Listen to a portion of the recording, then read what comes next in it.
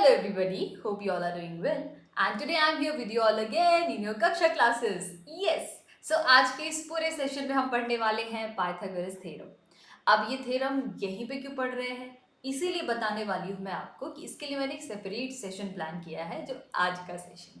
Reason भी कि इस थ्योरम को थोड़ा आप डीप में जाके पढ़ना तो आपको ज़्यादा क्लैरिटी मिलेगी. ठीक है, ट्राइंगल भी है, राइट एंगल ट्राइंगल है, उसके लिए आपको थोड़ा जाना तो पड़ेगा मेरे साथ दूर तक. तो चलते हैं, शुरू करते हैं बच्चों.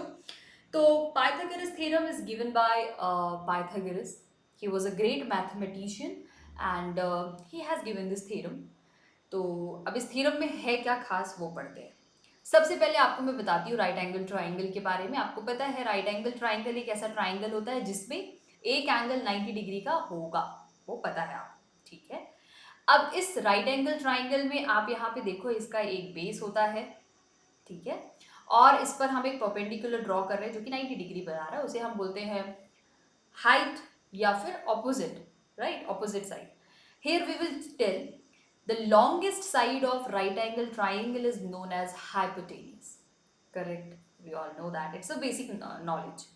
नाउ द पॉइंट इज कि इस थ्योरम में अगर माना कि एडजेसेंट जो कि बेस के नाम से यहाँ पे लिखा हुआ है, अगर हमें इस साइड की लेंथ नहीं पता है और हमें इस height which is opposite side and hypotenuse is given to us and only base is unknown for us, how can we figure it out. तो बहुत सिंपल सा आसान सा तरीका होगा इसे समझने का.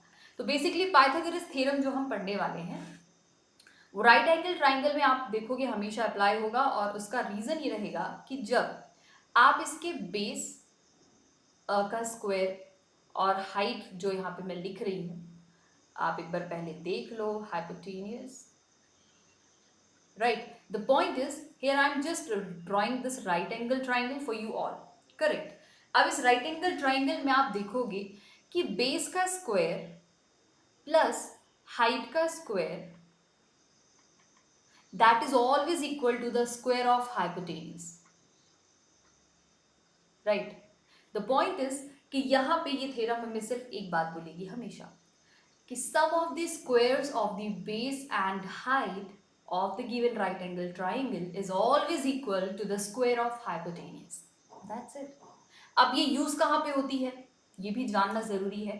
सिंपल है, आपने देखा होगा फॉर एग्जाम्पल आपके घर में एक लैडर रखा हुआ है, सीढ़ी, जिसे हम सीढ़ी बोलते हैं. ये घर का दीवार है, ठीक है, जो कि जमीन पर परपेंडिकुलर है ऐसे. ठीक है, जो कि है 4 सेंटीमीटर की दीवार, इतनी छोटी बना दिया है हमने. ठीक है, 4 सेंटीमीटर की हाइट है इस वॉल की. अब इस पर एक लैडर ऐसे रखा हुआ है. अब इस लैडर के बारे में हमें ये नहीं पता कि इसकी लेंथ कितनी है, जबकि हमें अगर ये गिवन है यहाँ पे कि लैडर के इस फुट पॉइंट से और वॉल के फुट पॉइंट के बीच का जो डिस्टेंस है वो है 3 सेंटीमीटर.